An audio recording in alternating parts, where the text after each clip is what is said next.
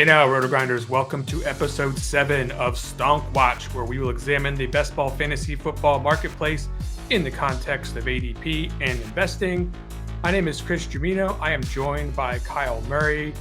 Kyle, the Hall of Fame game was not quite what we had hoped from a DFS perspective. They didn't even finish the game where we had a lot of players playing. And of course, there were some surprises as far as production is concerned, but we've also had some surprises in training camp that have really shifted this ADP marketplace.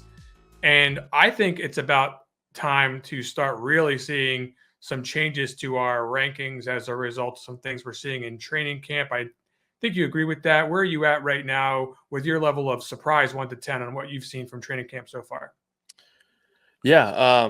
First, last night, obviously, for the Hall of Fame game did not go well. I mean, or according to plan, I guess, with the game not finishing, that was a bummer. Obviously, a lot of people were excited, and for it to not finish, it was a little bit disappointing. But we have plenty of preseason in our future, and hopefully, that'll be something that will influence a lot of moves as well. With a lot of news coming in, seeing how guys actually, get playing time on the field, and then obviously, as training camp goes, in terms of surprise for this training camp so far, I would say I would say right in the middle. I would say a 5. I think there have been some things that I've been, definitely found surprising, but there's also been some stuff that I think we've kind of seen coming, and some stuff that we've definitely learned from going forward. So there's going to be tons of news rolling through, and like I said last week, there's going to be some stuff that we kind of just have to sift through, just because a lot of it is going to be just not materialistic stuff that we're going to be getting from beat writers who are really just trying to get some stuff out there, but might not necessarily carry a lot of water coming into the season. So I'll say a 5 so far. Yeah, I think I'm right with you there, about a 4 or 5, something like that. I mean, it seems like things are going relatively according to plan. Of course, on the show, we will talk about some of those things that maybe aren't going according to plan and how we think the market in ADP might react to that information. Now, when it comes to players who are moving up on the screen right now, Kyle, I've got some players that we are going to talk about filtered on our best ball rankings, rotogrinders.com/best ball rankings, best dash ball dash rankings. You can find it pretty easily on the site, and these are free, so you can come check them out anytime. And I've got it filtered out just for today's show. You won't see this column out there when you get here, but we're going to talk about all these players on today's show, starting with James Cook, who is moving up the rankings. I think there are a couple of reasons that this could be happening, but he's up to close to 56 on the Underdog ADP.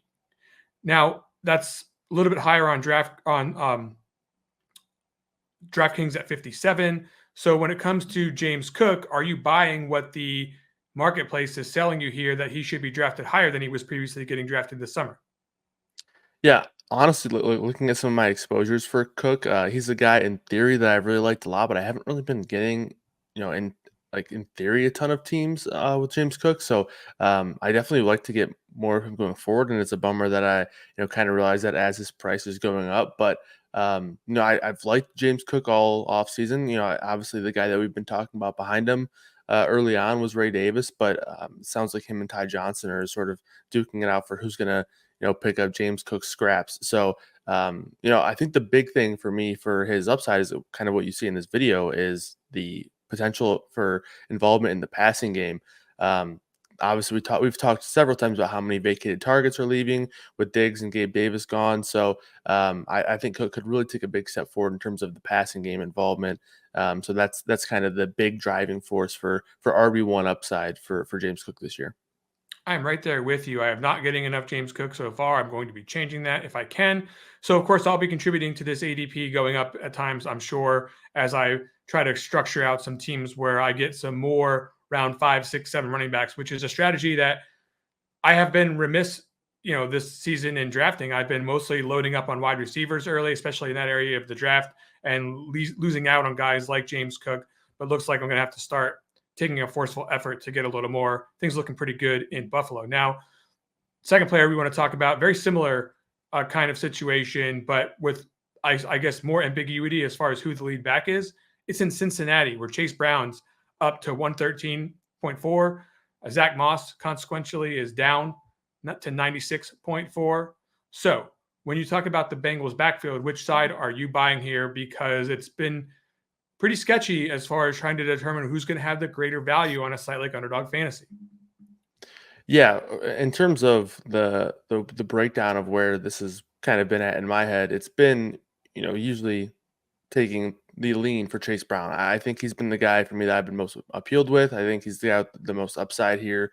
There was some concern in my head a few weeks ago, and kind of thinking about this back a little bit more because Zach Moss is a pretty good pass protector, and obviously the upside for Chase Brown was potential pass game work. So I do think Chase Brown is the better receiver. I think he's the more explosive player with the ball in his hands, but it does sound like Moss is the better pass protector. But to me, so far, it sounds like, especially with this report, with Brown looking like he's getting the majority of the work with the ones, that's a big step forward in terms of Chase Brown showing that he can at least have a valuable split in this offense. And I think this is going to be a pretty valuable role. We saw Mixon be a guy who relied on a lot of volume, but last year when Brown was spelling Mixon, he showed a lot of explosive big play upside. So I definitely prefer Brown in his backfield.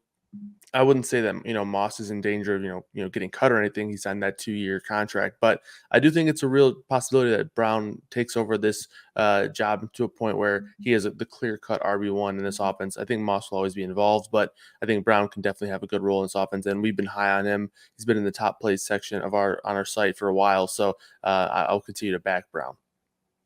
Yeah, once again in alignment here, very bullish on Chase Brown. I am not a believer in Zach Moss. I mean, I know what we saw last year in Indianapolis. I do think that he benefited somewhat from the situation there as far as their excellent run game and offensive line.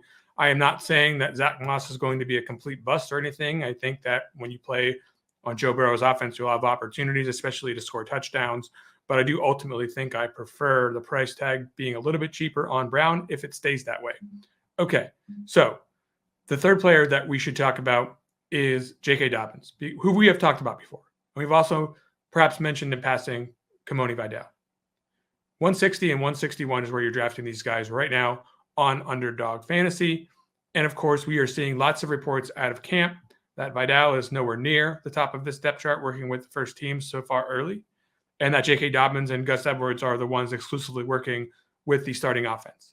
So with this in mind, and we still have lots of preseason action left, where are you at with this Chargers backfield? We have previously said we do not believe in the upside of J.K. Dobbins. Are we singing a different tune with these news?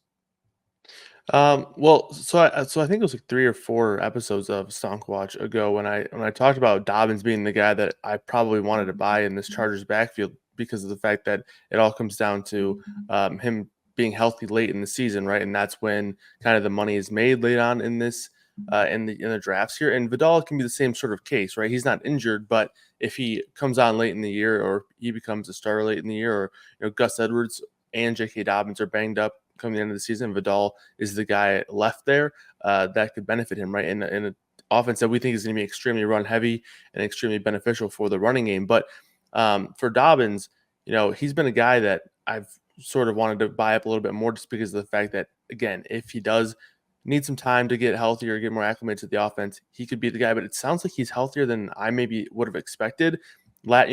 He's returned from serious injuries before, and he's continued to kind of be still a fairly explosive player. It's difficult to continue to expect that kind of explosiveness coming off of an Achilles tear, but he's been a guy who's averaged nearly 6 yards a carry almost every year so far in his career. And again, I think this is going to be a really dominant offense for the run game in terms of a lot of volume here. Gus Edwards also dealing with injury. He's not practicing. He's not at camp. I think it's an undisclosed injury, but it's been some sort of surgery there for Gus Edwards that's kept him off the field. So again, I would much rather have both of these guys still than Gus Edwards just because of price. But Dobbins is still the guy in the Chargers backfield for me. Yeah, I'm struggling to pay the price tag.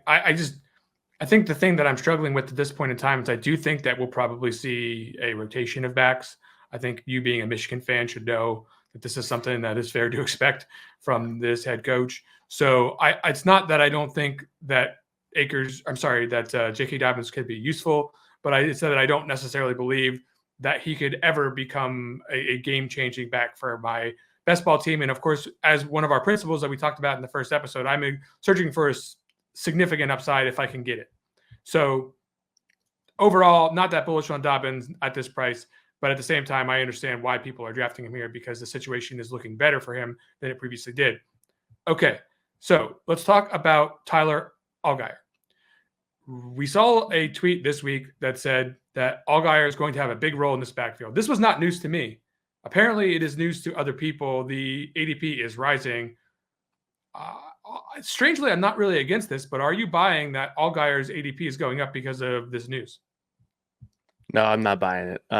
Yeah, I think a lot of people might be concerned with Bijan's workload, and I wouldn't be concerned with that either, based on that. I mean, we've known from the beginning that this was not going to be a one backfield offense, and we know from the beginning that Bijan was going to be involved in the passing game, and Algier could be involved later on in games to close out games. And I think the way Robinson frames this, at certain points in the season, we're going to lean on him.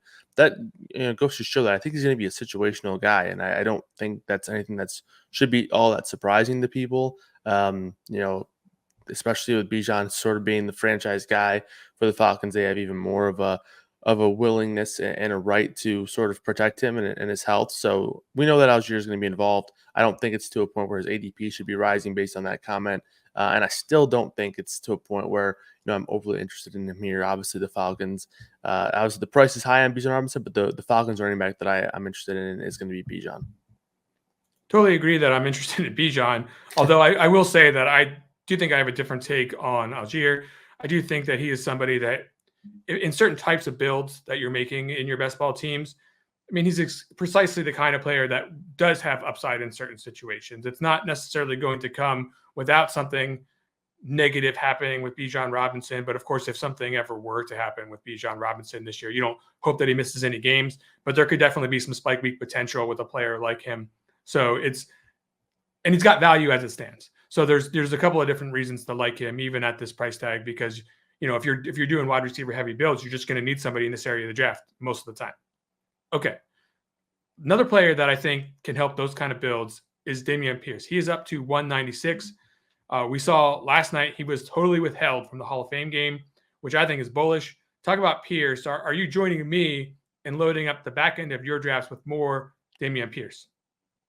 Yeah, so I do think that him sitting out last night was definitely doesn't hurt in terms of the stock on Dameon Pierce, but also, we saw guys like Noah Brown and Robert Woods not play. I think that could just go to say that they really wanted to keep some of their veterans and guys who they know what they have safe, right? So yeah, I don't think this means like Pierce is in for a bigger role than we might have expected. I think it just bottom line means that they kind of know what they have with Pierce, and also what you see on the screen with Mixon banged up right now. Pierce is currently their RB1, so they're healthy running back. So obviously that's going to change when the regular season rolls around, but we've also seen significant quotes about just the way that this offense is looking in general in training camp so far, and that it might not be just a Joe Mixon led backfield, and that Pierce might be involved. So I think that there's plenty of room for upside here with this current ADP as things stand, and then there's always room for improvement in the role with injuries can occur or whatever may happen. Maybe Mixon is just losing a step or whatever, but there's always paths to a backup running back getting more touches there. So I think Pierce is definitely worth a look here at the current ADP. Yeah, we got robbed a little bit of Jamar Jordan last night. We didn't get to see too much of what he could offer, although what we did see wasn't fantastic. Of course, it was a Hall of Fame game. Nobody can block anybody. Everything looks bad when that is the case. So again, for me with Pierce, I just believe that there's going to be a little bit more of a split. I'm not expecting the world, especially not at ADP 196. But I do think that there are scenarios, especially with Joe Mixon's history of injuries, getting hamstrings, banged up, etc. I do think that there is some best ball potential for Pierce when you don't have to make a sit-start decision, and he'll just go in the lineup if something were to happen. And of course, there is some value on the table as it stands. Okay, last player that we want to talk about on the upside this week. Actually, I don't want to talk about him. I never want to talk about him. It's Justin Fields. He's up to 203. Everyone else that we've talked about has been a running back. I toyed with the idea of calling him a running back as well, but fortunately, Kyle, I try to not have take lock. He's looked pretty good in camp. He's been actually throwing the football well in camp as well. Russell Wilson also stinks. So I would be remiss to completely just totally dismiss the idea of taking Justin Fields in any of my drafts this summer just because I hate the guy and think he's one of the worst quarterbacks in the league. However, he is good for fantasy. People are starting to buy into what they're seeing in training camp. Do you think there's any chance that Fields can overtake Wilson for this job during the regular season? Well, we've seen worse quarterbacks beat out Russell Wilson in the middle of a season with Jarrett Stidham doing it a couple years ago. But at the end of the day, I don't think, sitting here now, I wouldn't say that it's likely, but also I know that Fields is going to be a part of whatever they can game plan wise. We've heard jokes about him returning kicks. Who knows if that comes to fruition, but I'm sure he'll be a part of the goal line package, and I'm sure he'll, be the guy to step in if Wilson gets hurt. So I think that's sort of why, people still are drafting Fields, but at this ADP, people have to be believing that he's going to be the starter at some point. And I'm still not fully sold on that. If he does get the starting job, I think he could potentially be a guy who, produces. Like we saw Marcus Mariota produce in an Arthur Smith offense a couple years ago. Justin Fields, I think, is a better version of Marcus Mariota from a rushing perspective. So maybe we could see some production there with that kind of correlation. But otherwise, I'm still, not overly sold at this current ADP of 203 for Fields. Haven't drafted him yet. I will say that my imagination has started to run wild with the idea that he would take over at some point during the season and what my roster build would look like. Like, for example, taking a stud quarterback to start and then just going completely YOLO and taking Fields as the only other quarterback at QB2 and just hoping for the best. That would, of course, be extremely volatile, not necessarily recommended from a safety standpoint. But again, we're trying to build super teams here. And if Justin Fields were to take over this job in the middle of the season, not to say that I love him on an Arthur Smith offense, but it could be somewhat intriguing for fantasy. We'll wait and see. Haven't drafted him yet, but it's on my radar. Okay, on the downside, Kyle. Calvin Ridley was moving down. However, yesterday we got some news that DeAndre Hopkins is going to miss some time, 4 to 6 weeks approximately. Not so sure if he's going to be ready for the regular season. So I expect that maybe Ridley's ADP is going to jump right back up here. But this is a good opportunity to talk about this situation. How do you feel about the news that Hopkins is out 4 to 6 weeks and that we are seeing guys like, Tyler Boyd drafted at the very end of draft for nothing. And right in the same area of the draft, Calvin Ridley has recently been going down. Yeah. Obviously, I think this is going to rise all of their ADPs in terms of Ridley, Boyd, and then even Treylon Burks as well. It was actually wild. Like yesterday, I was on Twitter and I was reading something about Treylon Burks and the year 3 wide receiver breakout, I guess, rate for all those probabilities for when wide receivers break out. And then 2 minutes later, I got the notification that Hopkins was hurt. So it's like whoever wrote that tweet put this injury out into existence. But obviously Hopkins, you have to assume he's going to miss. At least I'm assuming he's going to miss the first week or two. They're going to have every reason to treat him cautiously. And I think that's going to lead them to, leaving him out for the first couple of weeks. But this has been a team that we've been talking about as like a late round stack that you can kind of build. And it's even easier to build them now if you are including Treylon Burks. But for me, I don't think that this boosts them up a ton in terms of this. And I think that obviously this is a spot where their ADPs will probably rise. So I probably won't be looking to buy them up because if Hopkins misses just 1 or 2 games in the grand scheme of things, it doesn't really matter a whole lot, especially if it's early. But I wouldn't be wanting to, buy these guys up while their ADP is rising double-digit spots in this brief time, I guess, while we're still figuring out the news on the Hopkins injury. Yeah, somewhat related story in the same division. We've got a situation on the Indianapolis Colts depth chart where we are also, maybe starting to get worried about the price tag you have to pay for someone like A.D. Mitchell when you see Jim Bob Cooter talking bullishly about Alec Pierce, right? There's only so many slots on this depth chart for people to be playing in the game. As it stands, we should expect them to play a lot of 2 tight ends and a lot of run-heavy kind of formations with Anthony Richardson, Jonathan Taylor, and to a much, much, much lesser extent, Trey Sermon in the backfield as sort of very, very strong power backs that could, really take advantage of good blocking. Are we going to see a lot of a rookie out there in those situations? That's a very fair question to ask. And quite frankly, I've been very bearish in not drafting. What are you doing with A.D. Mitchell? Yeah, I mean, in terms of, when drafting Anthony Richardson, we've talked about it several times. We don't necessarily need to pair him up with a pass catcher because, again, we think the gold mine that is Anthony Richardson is going to be with that rushing upside. He's a guy who could easily have double-digit rushing touchdowns. Wouldn't be surprised if he has over 1,000 rushing yards. So that's kind of where the upside lies. You don't need to pair him up with people, but if you've wanted to, Josh Downs is the guy we've talked about. Obviously, Michael Pittman's there. But in terms of AD Mitchell, I do think that if you're drafting somebody for the nut outcome, right, where the top outcome comes through, I think Mitchell is the higher upside guy in terms of when you compare him to Pierce and even to Josh Downs. I think Downs is like the slot guy, but if Mitchell is a stud and he does, win out a wide receiver role in this offense that is prominent, which right now it doesn't sound like it's super likely, but if he is able to, that's where the upside is really high. So that's when you're kind of drafting to win, right? That's when you're drafting for upside. And I think if you're drafting one of these Colts receivers late, I think Mitchell is the one with the true upside that is, higher in terms of the outcome. But in terms of how often it happens, I don't think it's as likely as, Josh Downs having a good season, or even Alec Pierce maybe for this current ADP and the price that you're paying for it. But at the end of the day, again, you can really draft Richardson without a receiver. And I think Downs is the guy outside of Pittman I like the most. Last player to the downside I want to talk about is Drake May. He's not been having a good camp. Reports from some of the beat writers, including saying Joe Milton is out playing him in camp, which is not good. That is not good, Kyle. So to begin with, Jacoby Brissett has been labeled the clear starting quarterback. Nobody expected Drake May to start the season as the quarterback, but are we reading the tea leaves a little bit and saying maybe he's not going to play until very late in the season, or God, is there a chance he doesn't play at all?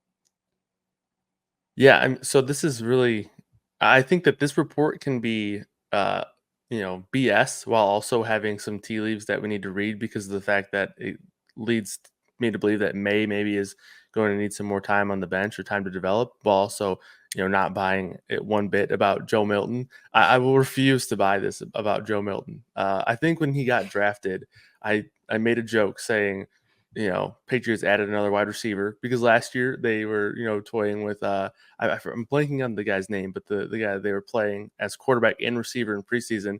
And honestly, I thought that's what they were going to do with Milton. He's a big guy and athletic guy. He's the most inaccurate passer I've seen play college football. He has a massive arm. He could throw the ball out of the stadium if he wanted to, but he just can't find an accurate pass in his body. So definitely worried about May though in terms of when he's going to get on the field. Brissett's obviously the guy who you're more worried about in terms of taking the snaps from him. But at the end of the day, I think that this team's going to get to a point where May is going to have to be their guy, and I think he'll be starting for at least I think maybe by week 3 or week 4 at the latest. So I think May will be the guy, and I'm not overly concerned yet. He can do a backflip, Kyle. So I guess that's cool. But Yeah, this isn't the Olympics. They're not awarding any medals for your third string bronze performance in the depth chart. And anyway, the point was Drake May's a little bit scary right now. I'm holding off a little bit and trying not to get too bullish there. I just have a hard time believing he's going to be there for long enough to make my fantasy season matter in best ball. Now, let's move on to our weekly topic, Kyle. Let's talk about some players in preseason week 2 that necessarily haven't seen their ADPs move just yet because the news is pretty fresh, hasn't had a time to adjust in the marketplace, but maybe we can start to prepare for that a little bit here with the news cycle. First player that we don't have to really do anything about is Geno Smith. He was set to undergo testing last night when we created this segment. And of course, Schefter reported this morning that it's fine. Don't worry about it. But real quick, any thoughts on Geno Smith? Are you still feeling pretty good about him as a late round quarterback?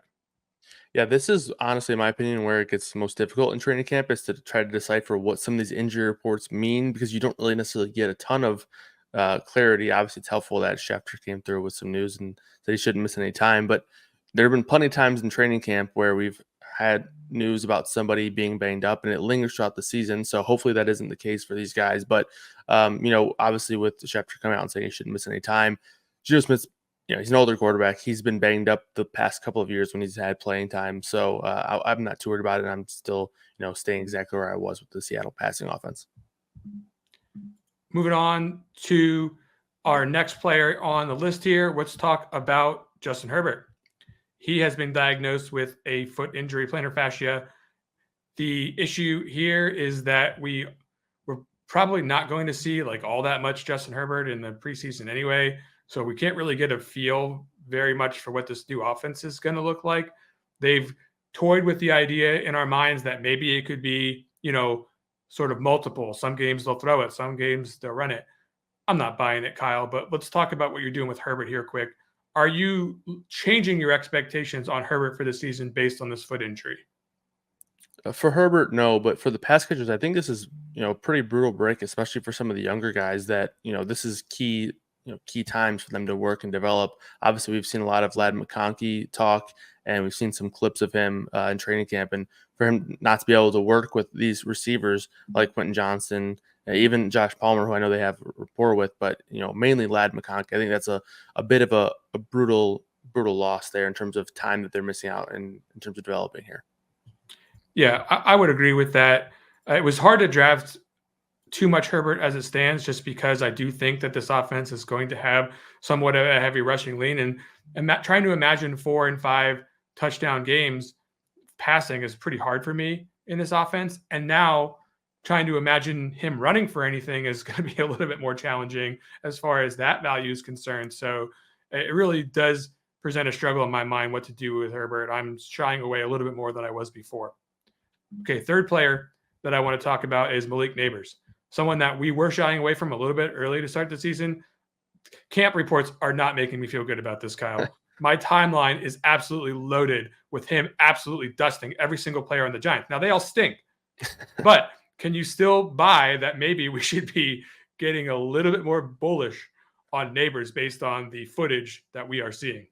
Yeah, Neighbors is the one guy that's been making my stomach turn so far in training camp, just because of it's been a fade honestly at the price, and he looks amazing. But it's funny because if you see a Giants clip, it's either someone hyping up Malik Neighbors or it's someone absolutely trashing and slandering Daniel Jones. So it's like there's the reason why we were fading Malik Neighbors, but then also Malik Neighbors looks amazing. And I don't know if anyone's been watching the offseason Hard Knocks version, but the way they've been talking about Neighbors too, like I don't want to let my bias creep in too much from that, but it's also like the direct quotes from coaches and GMs and executives in the Giants organization. And we've seen the way that Dable's used top receivers before. So, and he hasn't really had one with the Giants, but with the Bills, going back to the times with Diggs, I think Neighbors could have obviously an elite role. And I wouldn't be surprised to see the Giants just absolutely suck, but Neighbors, have 10 to 12 targets a game and have a lot of big production. So Neighbors is one guy I'm definitely reconsidering right now. And while his ADP is going down, I might as well buy up some. Another guy that's been getting a lot of camp hype that I'm reconsidering is Stephon Diggs. Through all the practices that the beat writers have seen, he's been looking like the clear number one. That is not like a total shock, but at the same time, Kyle, we've been really low on our ranking compared to Stephon Diggs.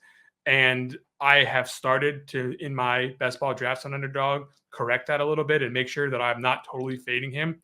So similar fears to Neighbors. Are you having the same thoughts that I have on Diggs?